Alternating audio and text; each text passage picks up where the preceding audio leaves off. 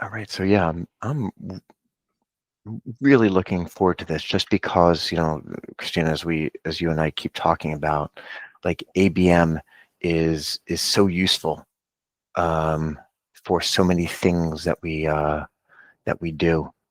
And Well, I think it's the foundational program for all campaigns. It helps organizations stay focused on which accounts to go out after, because you can't go out after every company in each industry. It's impossible. So when you have that alignment amongst teams, it transforms the focus and your output, yeah, and keeps the team rowing in one direction. yeah. I mean, and it's so useful in each place where we can go and where we can go and put it. So the idea that um, just like you and I were talking a moment ago, it's you can use it on pre-sales, obviously for the outbound marketing, and even once, especially when people are moving towards SaaS, you can use it for your customer marketing to go and specialize the voice and the discussion and the phase of the journey that that company and that individual is in. So Well, you're, I yeah, think too, Josh, is that we, as a SaaS organization, we spend so much time and effort in getting our customers on, right? yeah, And we need to nurture them and care for them just as much, if not more, than when we're prospecting. And I think yeah, young companies often forget that. You get your companies on, get your customers, they're using the product, but we still need to continually doing that outreach. So yeah, that, that type of strategy that we use for outbound ABM is that can be deployed exactly into customer success teams. And I've done that before. It's yeah. critical. You have. I mean, look, I've had the fortune of working with you for uh, for a long time, and for sure, this is, I wanted you to be here, and so I'm really glad that you said yes and you'd come here to present. So this is gonna be great. And Josh, you're building quite a community here, and I'm really impressed with seeing the other individuals that are coming on board and speaking. I think there's a lot of knowledge that we can all share. So thank you for Yeah, doing that. absolutely. In fact, I think that I've started to reveal that in December, I'm going to be looking to change the format of these presentations. Right now, we focus on you, the expert, so that way people in different disciplines or in companies, wherever they may be, can go and gain that piece of knowledge, that actionable intelligence that they can go and do on their own. But there's a whole other side of it. And so one of the things I'm going to be talking about more is the idea of creating what I'm calling a solve session, where a company comes in and gives one business problem and have people from all different disciplines and even different, other startups look for ways to go and solve that issue and ultimately help that company. So it's a bit more of a collaboration, um, much more I involved. think that that's good for the individual as well as the company for promotional opportunities, right? So you can leverage the company a social bandwidth to promote. Exactly. Everyone, that's the idea. Everyone makes out, right? The Yeah. company gets that presentation. Experts such as yourself are able to show the way they think, show their capacity, things that they specialize in. So, so good. Then why don't we see how we're doing here with people on. All right. Um, So yeah, let's go and get started. So greetings, everybody. This is another edition of A Round. So this is a community for the decision makers at software startups. And the phase of life you're in is that you've already raised a Series A or you're working towards that. And in addition, of course, I want to include the bootstrappers. Otherwise, I'd be pushing myself out of my own group. So all these people. So what does it mean for the decision maker? That means you are the head of, maybe head of engineering. You're the VP of customer success, C-level, CRO, or you are a founder. All of these are members that can that can go and participate.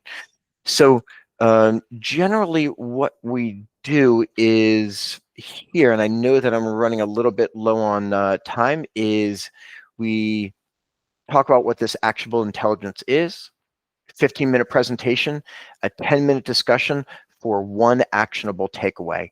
And the idea is that takeaway that someone can go and watch that 15 minutes and go off and do on their own, no involvement necessary. So often what I do is I go around to everyone and I have everyone just introduce themselves, the name, the role, the company. So in this case, I would be Josh Rosenthal, community manager at A-Round, and I'm looking for leaders at startups to join A-Round, and right now specifically add to the companies who want to be part of that solve session that I mentioned earlier. To keep this back and get us back on track, instead of going around today, what I want to do is really just pitch it on over to you, Christine, and have you take 2 bites of the apple.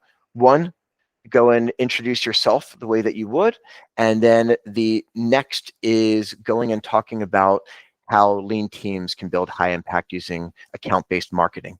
So this looks exactly like you. Glasses and everything. Good morning, everyone. Thank you, Josh, for that lovely introduction, and I'm excited to be here. My name's Christine Carrig. I've been a head of marketing, head of demand gen, head of a digital strategy at many young startups and founders. I've been doing this for nearly 20 years. It's what I love.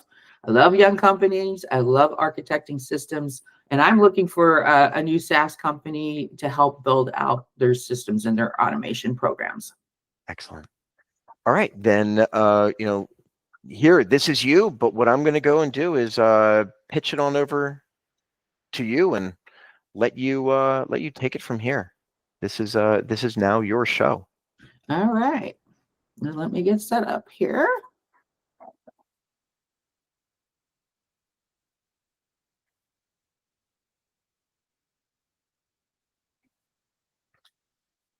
All right. Can you see my screen? Sure can. All right. That's me. So I'm here today to talk about how lean companies can build high impact ABM programs without a bunch of tooling, without any type of additional budget. And with that, let's get started. All right. You're on. System. Yeah. Move. There we go. All startups have challenges, and we all have the same challenges. We have limited resources, lack of tools, no budgets, and it's hard to focus. And these things aren't the problem. The problem really is that we have to look at the human side first before we do any automation or AI. And we need to focus, on creating synergy and making sure teams aren't operating in silos. So how do we do that? You start with building your foundation. And just like any house, any skyscraper, we have a strong foundation to build with. And there's 3 disciplines to that foundation I'm going to talk about. But essentially, you want to start small and get that motor worked up, warmed up. Learn how to work with your team, how their interpersonal skills are, what they need as far as data, and use what you have. You don't need fancy tooling and all these integrations yet. That'll come. But when you're starting small and first launching your ABM programs, you need to stay focused and use what you have. And then you have to measure everything. You don't know what success looks like unless you start instrumenting and seeing the data, how you're winning, how you're losing. So essentially, you need to simplify and focus. So there are 3 disciplines when I look at building an ABM program for a young startup. And they're pretty obvious. Team alignment, performance and visibility, and working on operational processes. Without these 3 key foundations, without these key disciplines, it's hard to scale. because you're still figuring out what dashboard to look at, which report is you need to look at, what assets performing, where are the event leads at. Start with building these foundational principles, and all those things will come into play, and then you scale. Sounds obvious, but a lot of companies just want to jump in and start outreach. But I really highly suggest that we stay focused and learn how to work with each other. So ABM isn't account-based marketing. It's really ABM isn't performed by just marketing alone. I think there's a misconception out there that marketing's running these programs. It isn't a marketing program, it's a team program. And we have, there's different approaches to ABM strategy, and different companies use different types of these approaches. And it's one-to-one, which is obvious. It's one account to one salesperson. And AEs are usually the people doing that type of outreach. And then there's one to few and one to many. What I suggest, and let me back up here. What most companies do is pick out one of these strategies, one of these disciplines to focus on, and do a one-to-one outreach where they're only focusing on strategic accounts. And that's fine. That's fine, but there are also different levels that you could do outreach to, and you could do a mix of these. What I'm suggesting that's actually a little different than most traditional ABM programs is that you have someone responsible for each one of these strategies and outreach. So because they're different functions, and it's just a different approach. Usually teams choose one of these and go out and build their outreach. This gives, I think, pride of ownership back to the individuals. Instead of marketing beating the drum all the time, BDRs can be responsible and have that type of pride of ownership into their accounts as we set about having meetings. Different structure, different ideas.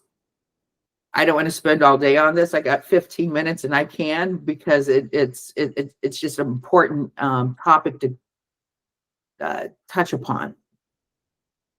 The key thing to remember about this, again, that this is a team outreach, but marketing's here to support you at all initiatives. So if a BDR needs an email structure, marketing's there to help that. If a AE needs a customized microsite for an account that he's looking at, we'll build that. It's not that marketing's not supporting it. It's just that we all have to, divide and conquer, and then regroup and support each other. Then there's the visibility component to the discipline, and this is where teams don't often spend enough time in setting up foundational reporting. How can you measure success if you don't know what it looks like? And again, I would suggest using the tooling that you have, or to use a tool like HubSpot. I'm a HubSpot enthusiast. If I talk too much about it, sorry, I don't work for them, but I've used this program for many years. I know that it's an affordable SMB solution for young companies, SaaS companies. You have different types of a breadth of tooling within it in one platform, so you're not worried about a lot of integrations with different platforms. And with the basic account, you get a basic ABM tool, which for a small company is perfect. I think the default comes with 100 accounts. You can add onto it as you grow and have more outreach strategy. It has a great tool that you can use to discover intent. So you don't need to buy another third-party tool to see intent. So you can see, as you're working on your accounts, if they're coming into the website, because you've instrumented it with some scripts that allow you to have that type of visibility, and then it bubbles up into these target account reports. You also need to look at data and activity from an account perspective and a contact perspective, the individual.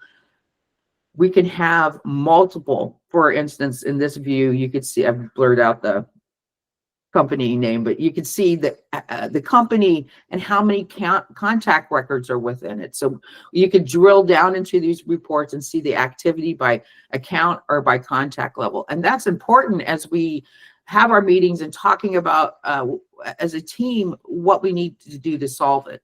Because if there's not enough contact records on an account level, you're not going to have the outreach that you need.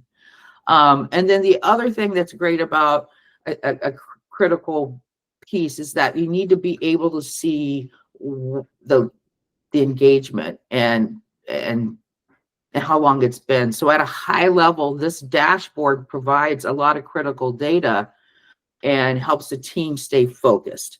So with here, you could see that I could see how when the last touch by the sales rep was on the account level. Again, I can drill down into the account, into the individuals and see that. So seeing both account activity and contact activity is a part of the tooling that I would suggest that you would have on your in your corral of tools. Then let's talk about process. Building that foundational process and is critical. And salespeople, I know you're going to yawn and think this is boring, and it's, you don't have to do it. Let your marketing ops people do it. Let your sales ops people do it. But you need to take the time to set back, to instrument the fields that you need, to track intent, to have the ability to have performance metrics, and to be able to standardize workflows for repeatability, and then build out instruments for the instrumentation needed for connectivity into systems like Apollo or other third-party tooling that you need for visibility. But again, this is one of the most areas that's often overlooked. Build the foundation of systems, focus on process, get the instruments. Don't worry about all the fancy tooling yet. Build the basic components so you have it readily available. So when the timing's right, you can build out those systems. So scale isn't about doing more. It's about doing what works and working smarter. So this is what I'm trying to emphasize, is to slow down and look at what you're building and making sure that it's going to be instrumented for scale. Because once you start having that feeling of success and you're in the conversion, you don't want to go back in time and have to re-instrument your tracking systems. It's build the foundational tracking tools from the start. So this is another report that's going to allow you to see activity into what the sales team's doing. This again is a HubSpot report that comes as default with their base enterprise account, and it's helpful when having meetings with BDRs to help them focus on where they're lacking. If they're not doing enough calls, if they're not setting enough demos, I think too this type of visibility creates a little competitiveness in the team, because we can see who's working, what's working, and who's the leader on the leaderboard. But that allows teams to learn from the person that's performing. It allows teams to have the visibility to see what asset is performing, what script they're using to do outreach to on LinkedIn. So there's a lot of variables that play into the how this can help the team overall, because the detailing is in the back. It also provides insight into what isn't working, which is just as important as understanding what is working, because you can cut it and rebuild it and go after it again. A/B testing is paramount. So again, this process is going to enable you to go and do this testing and this building of infrastructure at scale when you've proven when you've got a couple wins in, when you know what content is working, when you know what events are working, how to follow up on leads. There's all these processes that need to come into play. So when you know what success looks like, you can go back in and build it for scale.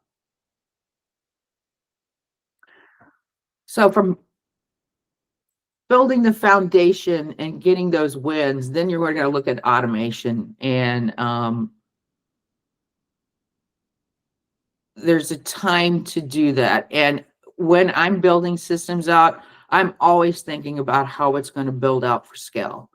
So when we've got our proof points in, we can go and start using AI tools and other fancy tooling like demand base, or any type of other ABM program of your preference that'll help you specifically for viewing ABM accounts that have larger scaling functions than HubSpot. But that's down the road, completely down the road. So with automation and the AI tooling that comes with HubSpot, you can do A/B testing on outreach quickly.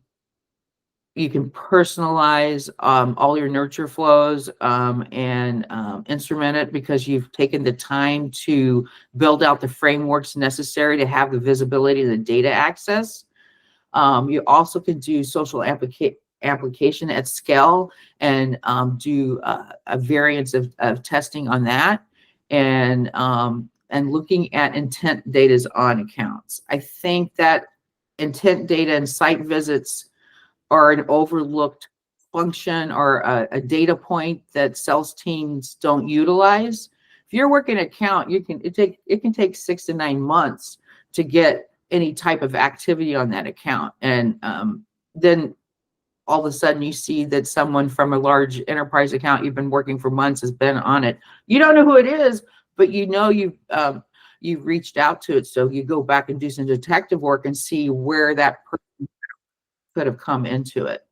You can also see insights on competitors if you're using SEM Rush, one of my favorite tools to gain that type of competitive intel.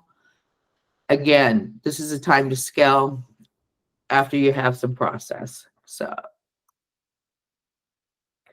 And so the key takeaway that I want to leave you with is that as you build out an ABM program, keep it simple, build a foundation, stay focused, don't switch out your accounts.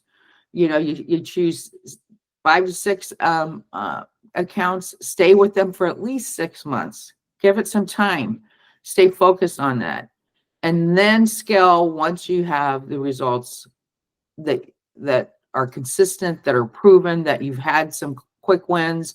You can go back and look historically at the data, see what's winning, what content is working, then instrument. So this is just a high level look at the strategy of, and 10, 15 minutes of how to think about building out ABM program.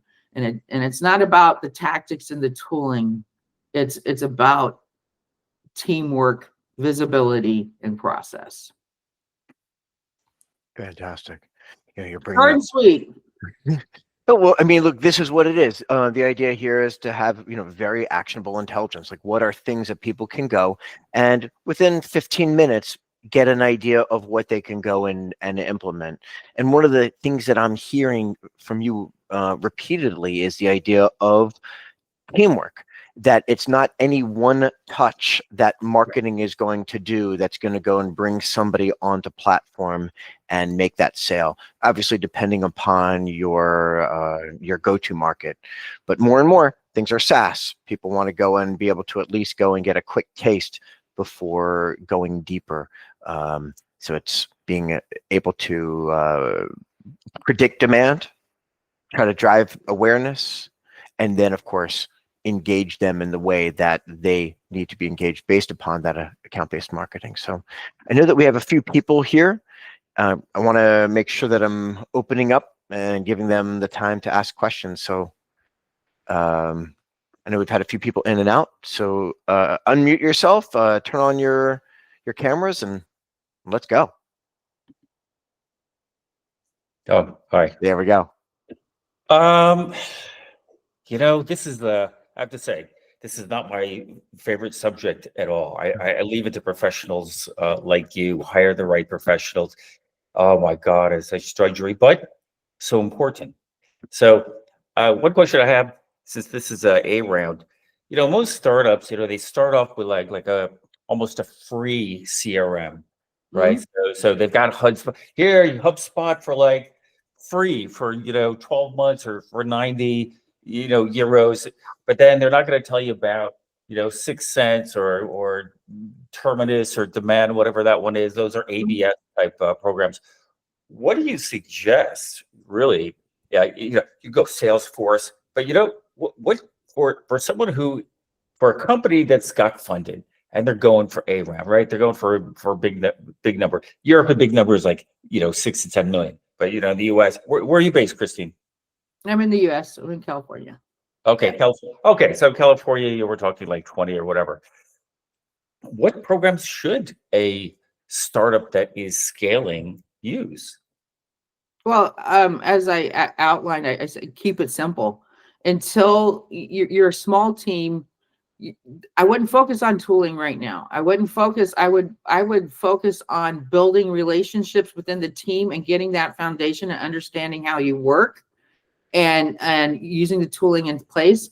HubSpot is my preference. I've launched programs within HubSpot on their free tooling, not even paying for it.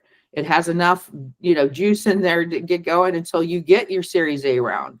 So I'm a HubSpot advocate. I don't think you need demand base. I don't think you need, 6Sense or any of those toolings until you are ready to go at scale and you have more people to manage these tools.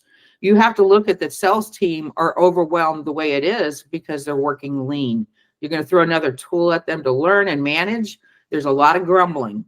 Yeah. And you've been there again and again with the grumbling. So I want to work in environments that they feel comfortable in, and I don't want to introduce any new tooling at this period. And I'm talking early phase. If you get funding and you have a team of 10 and you're ready to scale, then go. But staying focused and using the existing tooling that you have, as simple as it can be, is important. You can instrument it and dashboard it and monitor the progress, and without all this noise. It's really noise because we have a limited time to prove. There's a lot of pressure to get that POC, to get to convert, win a customer, and I want to keep the team focused on that and their networking and their systems, not learning new tools, not worried about having to, yeah, I would. Anyway, I think I answered your question. Yeah, you did. No, good.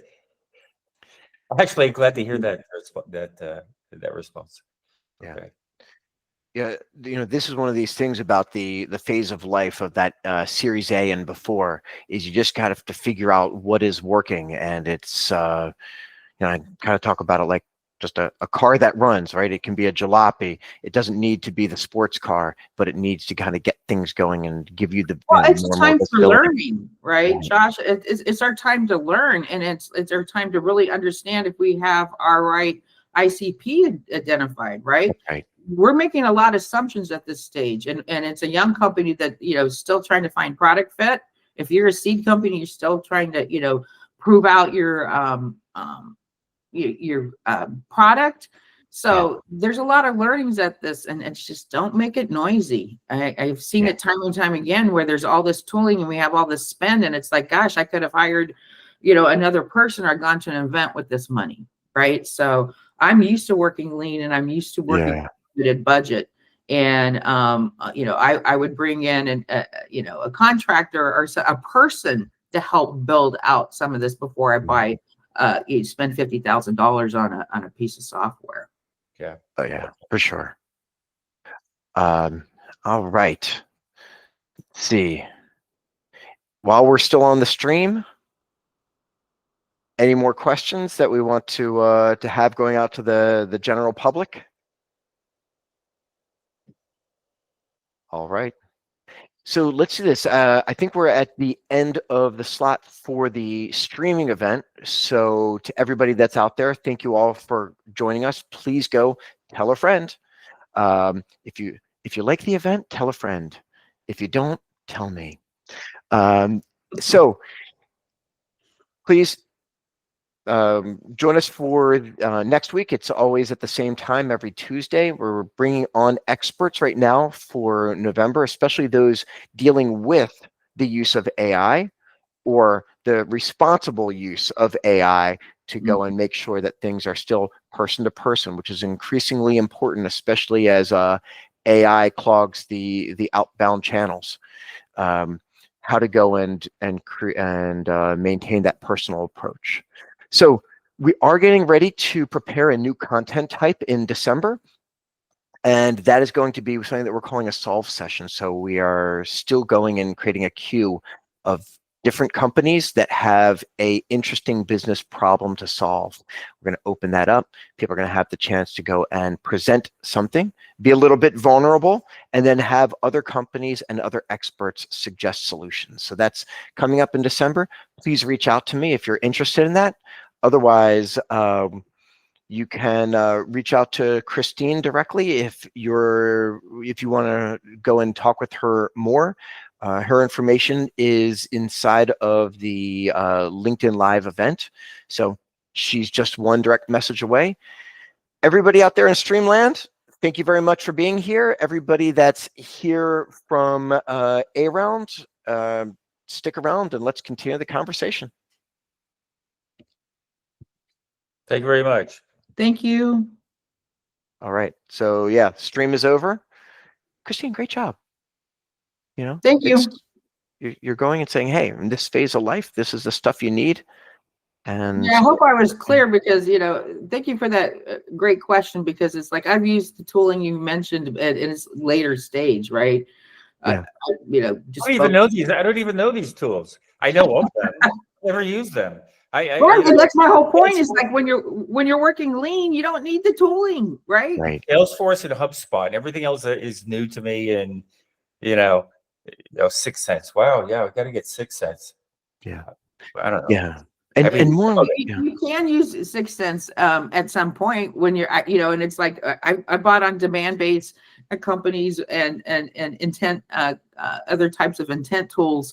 Usually at Series B when I'm starting to build out a team. Ah, okay. Right.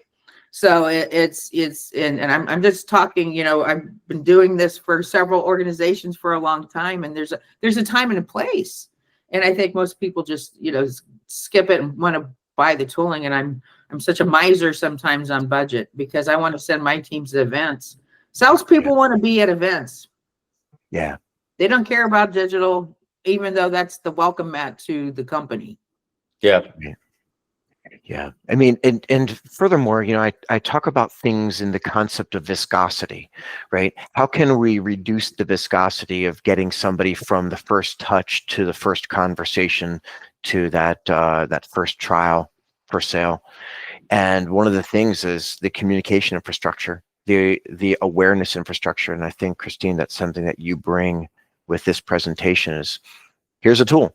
And this is the beginnings of what you need. And of course you can do more. Of course you can go and soup up the car, but for now.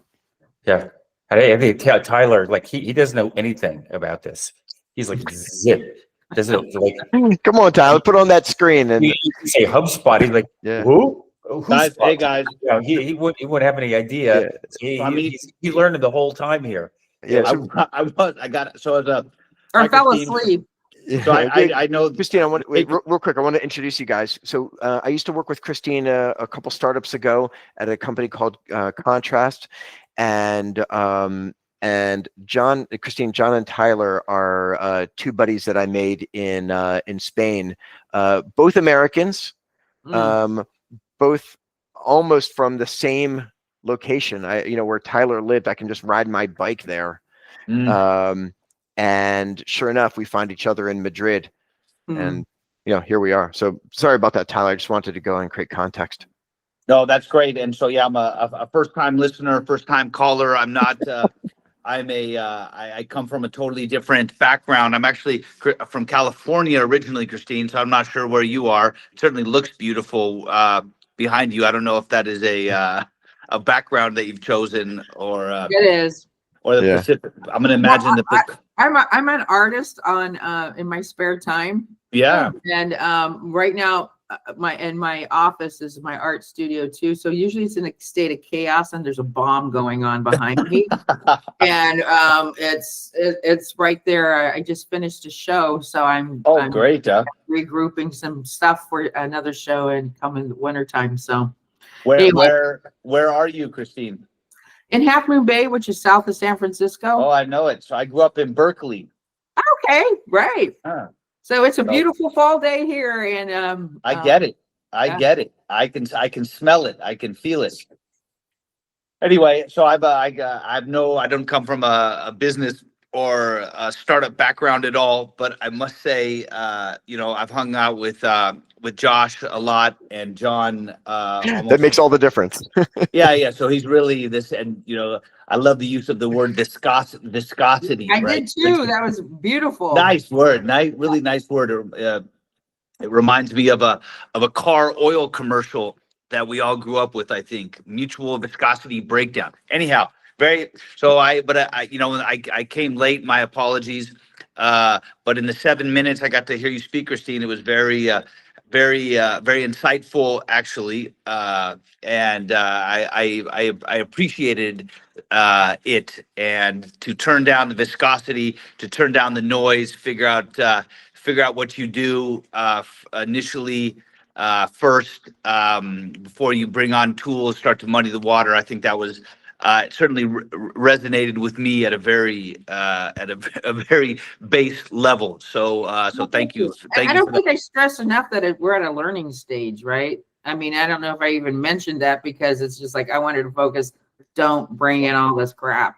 Well, I really like that you said that, because you do have to give time to learn, right? You want to rush to the finish line, but you do have to, if you take time, you can't take too long, but if you do give yourself time to learn, you're going to learn some very valuable lessons in the process. So I guess walk quickly. This applies to sales operations too. A lot of functions within sales. It's just like ABM is a focus for the team to make sure we're all focused on the key accounts. Most people aren't focused on key accounts. It seems that you would be, but it isn't. So you got to bang that drum early on. Not that you're not going to, go wide. I always go wide, but I let my AEs go bang that drum and stay focused on those accounts. And support them. Very good. Well, thank you guys. I appreciate that feedback. Okay. It was actually. I mean, it was basic, but I think when I look at some of the other guest speakers on here, John, I've seen yours. It's just like it's at a higher level, and I wanted to take it back and make it more humanized. And we're all focused on AI and all this tooling, but it's like it's also about relationship building. For sure. Yeah. So excellent, Christine. Thank you again. Tyler, all of this is available on the LinkedIn live stream. It records it. And then, of course, I'm going to go and send it off to Opus Clip and chop it up. Right. Well, I will look forward to November, to the next Tuesdays coming up. I really will look forward to them. I think it's because of Christine. I'm actually going to throw my friend pendant away. You guys don't know what I'm talking about. I'm talking about. There's a guy who came out of Stanford, typical, he quit Stanford. Somehow he had $10 million. So he invented the AI pendant. And it's like in New York, it's all the rage because he spent 1.8 million of the 10 million. Right? I don't know how much he was the development R&D, but 1.8 million marketing it. It's a poster in every New York subway station, and people are making fun of it. So they're writing on it, it's like an AI. So what it does is it pulses, and you can talk to it. right? It's your friend. He spent another almost 2 million on the URL friend.com. Oh, wow. Yeah, look it up. It's the funniest thing. So, so he's got this, and so you talk to it. And initially, in this first release, it doesn't talk back. It sends you a message. It sends you like a text message, and it says, "Yeah, geez, whatever you want to call it. Geez, Tilly, what do you think about my idea about travel, next generation travel using an avatar?" And it'll respond to you. It's your friend. It supposedly doesn't make judgments. That's what I need. I'm gonna sign up. Yeah. I want one of those. Here's AI going too far. AI going too far in just the absolute wrong way. Anyway. Yeah. I don't actually have a friend pendant. I did spend $189 to buy one. You don't seem like a guy that needs a friend. I'm not. I think you're too fine on your own. Voice-enabled Claude is good enough for me. Yeah. There you go. All right. Well, thank you, everybody. Yeah. All right. Thanks, guys. guys. All right. Thanks, See you next guys. week. Thanks, All right. Christine. Cheers. Bye-bye. Bye.